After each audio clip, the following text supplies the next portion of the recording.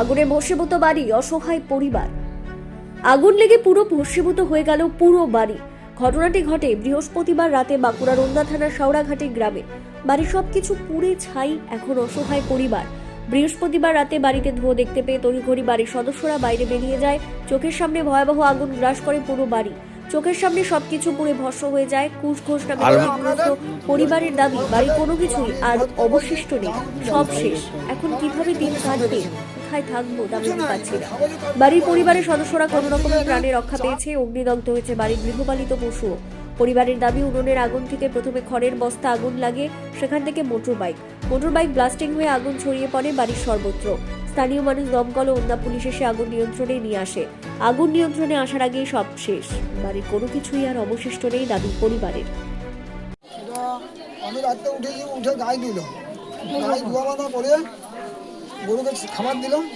খাবার দেওয়ার পরে দিয়ে তারপরে দুধ বলকালো, দুধ বলকা যাওয়ার পরে এবারে খাওয়া দাওয়া স্টার্ট করছি। কিন্তু তা অবস্থাতে গরু বাছুরকে ছানি দেওয়ার পরে একটা বস্তা তোমার মোটামুটি প্রায় 10 ফুট দূরে বস্তা রেখেছি, 8-10 ফুট দূরে ছানির বস্তাটা 8-10 ফুট দূরে ছিল।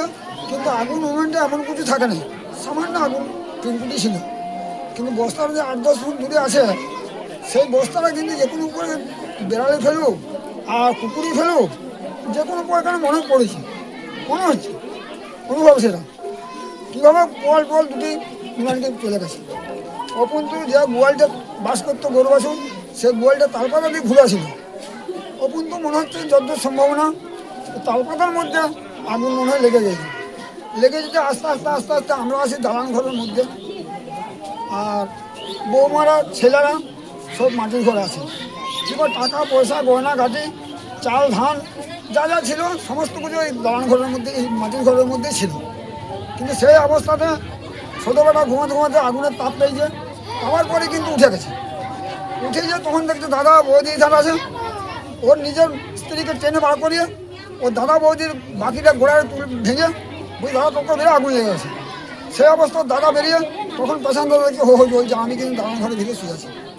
আমার পোপাটা ঢাকার যে গেটটা ঢাকালে আমার কোনো তুলেছে, তখন দেখতে হো করে জ্বলছে। এবারে এমন অবস্থা যে মিনিট থেকে চালাবো তারও জলের কোনো উপায় নেই, লাইন নেই। ও পর্যন্ত দাঁড়িয়ে বোধ 2000 লোক দাঁড়িয়ে কিন্তু দেখছে, কোনো উপায় নেই, আগুনের পাশকে যেতে পারেনি। যে পুজো ছিল সমস্ত কিছু ভূমিসাৎ হয়ে গেছে। মানে আমার পুজো নেই যে করবো বস্তা তা তো বুঝলেন। আর গরু ছাগল মানে ছাগল বোধহয় 5টা বোধহয় 4-5টা মারা গেছে। আর গাইগুলা যা হয়েছে মানে গাইলা মনে হয় আসা নাই।